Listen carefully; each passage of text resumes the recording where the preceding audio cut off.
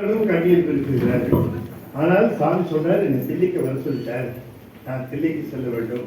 எல்லோரும் இந்த திருப்பெருந்துறையை பற்றி கொள்ளுங்கள், இது உங்களுக்கு பாசம் தீர பற்றுமின் பெருந்துறை, உங்களுடைய பாசமெல்லாம் நீங்கும், ஞானம் பெருகும் என்று செய்தி சொல்லிவிட்டு அங்கிருந்து கிளம்பி போகிறார். ஆனால் தில்லைக்கு போக வேண்டும் என்று அவருக்கு ஆணை வந்தாலும் தில்லைக்கு எப்படி வர வேண்டும் என்கிற அந்த செய்தி சொல்லப்படுகிறது. அப்படி அவருக்கு அடுத்ததாக வர வேண்டிய தலம் அவருக்கு தெரிந்த குறிப்பு நம்ம பார்த்தோம்னா திருவிடை மருதூருக்கு தான் அவருக்கு குறிப்பு வந்திருக்கு. அவர் எப்படி சென்றிருக்கிறார்? திருவிடை மருதூர், திருவண்ணாமலை, திரு ஏகம்பம், திருக்கடுக்குன்றம், பிறகு திருக்கடுக்குன்றத்திலிருந்து நேராக தில்லை வந்து விடுகிறார். இப்ப அருள் செய்த பதிகங்களை பார்க்கிற பொழுது திருவிடை மருதூர்ல திரு ஏசரவு, திரு அம்மானை இந்த ரெண்டும் அருள் செய்கின்றார். பிறகு திரு அண்ணாமலை போகிறார். திருவண்ணாமலையில் அருள் செய்தது அவர் திருவம்பாவை, திரு அம்மானை, திருவம்பாவை, அங்கே அருள் செய்தது திரு அம்மானை அருளி அங்கே அருள் செய்தார். பிறகு அங்கிருந்து நேராக கிளம்பி திரு ஏகம்பம் போகிறார். திரு ஏகம்பத்தில் அருளி செய்து திரு உந்தியார். இந்த திரு உந்தியாரை அருளி செய்த பிறகு அவர் எதிர்பார்த்து கொண்டிருக்கிறார். அவருக்கு திருக்கழுக்குன்றத்திற்கு ஆணை வருகிறது. நேராக திருக்கழுக்குன்றம் போகிறார். கழுக்குன்றத்திலே எதற்கு வர சொன்னார் என்றால், அங்கே அவருடைய முந்தைய வினைகள் ஏதாவது பாக்கி இருக்குமானால் அவற்றை முழுவதுமாக நீக்கிவிட வேண்டும் என்பதற்காக அங்கே உனக்கில்லாததோர் வித்து மேல் விளையாமை கணக்கிலா திருக்கோலங்கள் அப்படி காட்டினார். அப்படி கணக்கில்லாமல் செய்வதற்காக திருக்கோலம் காட்டினார். எந்த கணக்கு இருக்கக்கூடாதுங்க. அப்படி ஒரு கணக்கு பைசல் பண்ண இடம் திருக்கடுக்குன்றம். அதாவது ஏன்ற வினை என்று சொல்லுவார். ஏன்ற வினை உடலோடு ஏகும், இடை ஏறும் வினை தோன்றில் அருளே சுடு என்று சொன்னது போல அந்த திருக்கடுக்குன்றத்திலே அவருடைய வினைகள் முழுவதுமாக நீக்கப்பட்டு தில்லைக்கு வரவழைக்கின்றார், தில்லை செல்கின்றார். எனவே இப்ப நாம எங்கே போகிறோம்? திரு இடை மருதூர். திரு இடை மருதூர், அடுத்தது திரு திருவண்ணாமலை, அதுக்கு அடுத்தது திரியகம், அதுக்கு அடுத்தது. சரி, ஏன் இப்படி வர சொன்ன? என்ன காரணம்? உங்களுடைய சிந்தனைக்காக நான் இதை சொல்லுகிறேன். நேர தில்லைக்கு வர சொல்லாமல் இந்தந்த இடங்களுக்கு வர சொல்லி அருள் செய்திருக்கிறேன். அதுல பார்த்தா ஒரு ஸ்ட்ரைக்கிங் ஒரு மெசேஜ் நமக்கு ஒன்று கிடைக்குது. என்னன்னு பார்த்தா, எப்ப திருவிடை மருதூர்ல இருந்து தொடங்கினாரோ அப்பையிலிருந்து அவர் அருள் செய்த பதிகங்கள் எல்லாமே பெண்களை முன்னிறுத்தி செய்யக்கூடிய பதிகங்களாக பெண்களை திருவிடை மருதூர்ல திரு பொன்னூசல் அருள் செய்தார். அடுத்தது திருவம்பாவை, திரு அம்மானை, திரு உந்தியார். இது எல்லாம் பார்த்தா அத்தனையும் பெண்களை மையப்படுத்தி இருக்கக்கூடிய பதிகங்கள். ஏன் வார் அருள் செய்கிறார் என்று கேட்கிற பொழுது நான் தொடக்கத்திலே உங்களுக்கு சொன்னேன். அதாவது 2ஆம் நூற்றாண்டு போல பௌத்த மதம் மிக பெரித அளவிலே பரவி இருந்தது. பௌத்தம் பெருகி இருந்த காலத்திலே அந்த நம்முடைய சமயமானது குறைந்து பௌத்தம் பெருகுகிறது என்கிற நிலையில இந்த பௌத்தத்தினுடைய பரவலை தடுக்க வேண்டும் என்று கருதினார். 2ஆம் நூற்றாண்டிலே பௌத்தம், 7ஆம் நூற்றாண்டிலே சமணம். இந்த 2ஆம் நூற்றாண்டிலே பௌத்தத்தை குறைக்க வேண்டும் என்று எண்ணுகிற பொழுது மணிவாசகரை ஒரு சூறாவளி பயணம் மேற்கொள்ள சொல்கிறார்.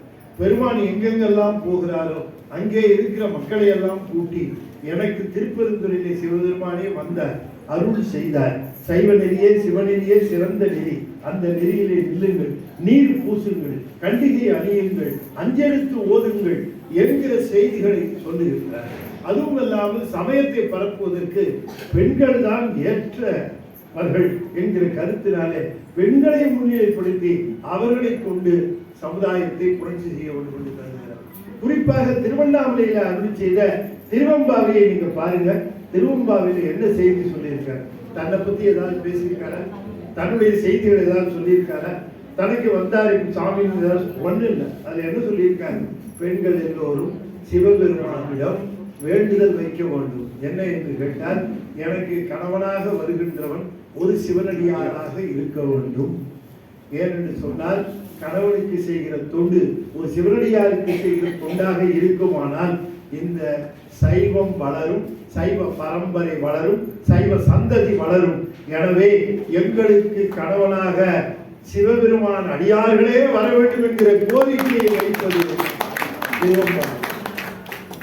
வேற. நீங்க நல்லா பாருங்க, நீங்க அதுல அந்த கோரிக்கை தான் வச்சிருக்க. வேற லௌகீகமா எதையும் கேட்க தெரியாத மணிவாசகர் கேட்ட ஒரே ஒரு கொள்கை, இதுல அன்னவரே எம் கணவராவார், ஆங்கவர்க்கே பாங்காகும், அவர் உகந்து சொன்ன பரிசே ரொம்பாய் பணி செய்வோம் என்று சொல்லுகிற அந்த சைவ பரம்பரையை வளர்க்க வேண்டும் என்கிற ஆர்வத்திலே பெண்கள் எல்லோரும் சிவனடியார்களையே திருமணம் செய்து கொள்ள வேண்டும். நீர் பூசுகின்றவர்கள், நீர் பூசுகின்ற அடியார்களை திருமணம் செய்து கொள்கிறவர்கள் சைவ நெறி வளரும், சைவ சந்ததி வளரும் என்கிற நெறியிலே அந்த திருவம்பாவையை, திருவண்ணாமலை, அப்ப அந்த காலகட்டத்தில் இந்த நடுநாடு, காஞ்சிபுரம், அந்த பகுதிகள் எல்லாம் பௌத்தம் பரவ ஆரம்பித்திருந்த இடம். அந்தந்த இடங்களுக்கு சாமி அனுப்பிச்சு சிவனே முழுவதற் பொருள், சிவபரம் பொருளே ஒரே கடவுள், மற்றவர்கள் கடவுள் அல்ல என்கிற கொள்கையை பரப்புவதற்காக தேர்ந்தெடுக்கப்பட்டவர் தான் மாணிக்க வாசகர். சிவபெருமானால் தேர்ந்தெடுக்கப்பட்டவர் சைவ நெறி பரப்புவதற்கு, அவர் சைவ நெறியை பரப்புவதற்கு. பெண்கள்கிட்ட சொன்னா போதும், அது குடும்பத்துக்கு வந்துடும். ஆண்கள்கிட்ட சொன்னா போதும், அவன் பஸ்ஸிலிருந்து இறங்கினோடனே மறந்துடுவான் இல்லையா? பெண்கள்கிட்ட சொன்னா அது குடும்பம் வரைக்கும் வரும், அது குடும்பம் வரைக்கும், குழந்தை வரைக்கும் வரும். குழந்தைகளுக்கு கற்றுக் கொடுப்பாங்க, நீர் பூசுறாப்பாங்க, சொல்லி தருவாங்க 5 எழுத்து. ஆனா நம்மளால அவ்வளவு சொல்லி நானும் பார்த்துட்டேன். எத்தனையோ திரு அம்மானு, திரு உந்தியார், திரு பொன்னூசல், இப்படி பல விளையாட்டுகள் எல்லாம், திரு தோல் நோக்கம், இதெல்லாம் செஞ்சிருக்காரு. ஆண் விளையாட்டு எங்கேயாவது ஒன்று சொல்லியிருப்பாங்க, ஏதாவது ஒரு சடுகுடு ஏதாவது ஒன்று சொல்லியிருப்பாங்கன்னு பார்த்தேன். நம்மளை கண்டிக்கவே இல்லை. இவங்கிட்ட சொல்றதை விட சொல்லாம இருக்கிறது நல்லது. நம்ம பெண்கள்கிட்ட சொல்லுவோம் அப்படின்ட்டு பெண்கள்கிட்ட சொல்லி இருக்கிறது தான் அந்த பெரும்பகுதி. ஆகையினாலே தெளிவா பார்த்தீர்கள் என்று சொன்னால், எதுல ஆரம்பிச்சு திருவிடைமருதூர்ல ஆரம்பிச்சதுக்கு பிறகுதான் உங்களுக்கு பெண்களை மையப்படுத்தி வருகிற மதியங்கள் வருகிறது. இது வரைக்கும் வந்திருக்காரு. இனிமேதான் வரும். இனிமே வருவதற்கு காரணம் இதுதான். இப்பதான் அவர் ஒரு தலப்பயணம் மேற்கொள்கிறார். இந்த தலப்பயணம் தான் ஒரு தலமாக சென்று அவர் செய்கின்ற அந்த ஒரு சைவ சமய சூறாவளி சுற்று பயணம் அதை செய்கின்றார். அப்படி செய்கிற பொழுது இப்ப அருள் செய்த பதியங்கள், இப்ப நம்ம எங்க இருக்கணும்னா அவரை விட சூறாவளி வேகத்தில் இப்ப நம்ம போகணும் பொழுது நம்ம அவ்வளவு தூரம் பின்னால இருக்கிறோம். பதியம் எங்கேயோ இருக்குது. இப்ப என்ன தில்லிக்கே வரல, நல்லவேளை திருப்பரந்துரை விட்டு கிளம்பிட்டேன் இல்ல தில்லி. ஆனா நான் இத்தனைக்கும் நிறைய விளக்கங்கள் தான் நான் சொல்லல. நீங்க புத்தகத்தை பார்த்து தெரிஞ்சுங்க. அந்த புத்தகம் இருக்கிறது, இதுல நிறைய இன்னும் விவரங்கள் விழாவாரியா எழுதி இருக்கிறேன். நிறைய விஷயங்கள் வெறும் திருவாசகம் மட்டும் இந்த வரிசையில வேணும்னா இந்த புத்தகம் இருக்கிறது. இதோ இந்த புத்தகம், அது வெறும் திருவாசகம் மட்டும் இருக்கும். அது 2 புத்தகங்களும் உங்களுக்கு ரொம்ப பயனுள்ள புத்தகங்களா இருக்கும். இதுல இப்ப திருவிடைமருதூர்ல திரு ஏசரவு இருக்கு, அடுத்தது திரு பொன்னூசல். ஒரே ஒரு செய்தி, திரு பொன்னூசல் உத்தரகோசமங்கையில அருள் செய்தது அப்படின்னு புத்தகத்துல போட்டிருக்கு. ஆனா அது சரியா வரல. ஆய்வு செய்து பார்க்கிற பொழுது உத்தரகோசமங்கைக்கோன் தங்கும் இடைமருது அப்படின்னு ஒரு இடத்துல எழுதுற. உத்தரகோசமங்கை கோன் தங்கும் இடைமருது அப்படிங்கிறாங்க. உத்தரகோசமங்கையில் இருக்க பெருமான் தங்கி இருக்க இடைமருது, இந்த இடைமருது என்று சொல்லி அங்கதான் அருள் செய்திருக்கிறார் என்று தெரிகிறது. அதுவும் இல்லாம இவர் தில்லி கிளம்பின உத்தரகோசமங்கைக்கு போக வேண்டிய வேலை இல்லை. அங்கேயெல்லாம் நல்லா சரியா தான் இருக்கு. சரியா இல்லாத இடத்துக்கு தான் போகணும். அப்படி போயிருக்கிறார். எனவே இந்த பொன்னூசல் என்பது உத்தரகோசமங்கையை விட்டு திருவிடைமருதூர் வந்த பொழுது திருவிடைமருதூரிலே அருள் செய்த பதிகம் என்கிற செய்தியை சொல்லிவிட்டு இப்பொழுது நாம திருவிடை மருதூர், நடுவில் நான் பேச மாட்டேன், திருவிடை மருதூர், திரு அண்ணாமலை, திரு ஏகம்பம், திருக்கழுக்குன்றம், இந்த பதிவுகளை எல்லாம் வரிசையாக ஓதி அது எப்படி ஓதுறாங்களோ ஓதட்டும். நான் மீண்டும் உங்களை தில்லையில சந்திப்பேன். சிவாய நம்ம இப்போ நம்ம சூப்பர் ஃபாஸ்ட்ல போறோம். ஃபர்ஸ்ட் லாஸ்ட் தான் பாட போறோம். முடிஞ்சாதீங்க, என்னடா நடுப்பாட்டை காணமே. முதல் பாட்டு நிறைவு பாட்டும் சரியா? இப்போ இந்த பாட்டுல இருந்து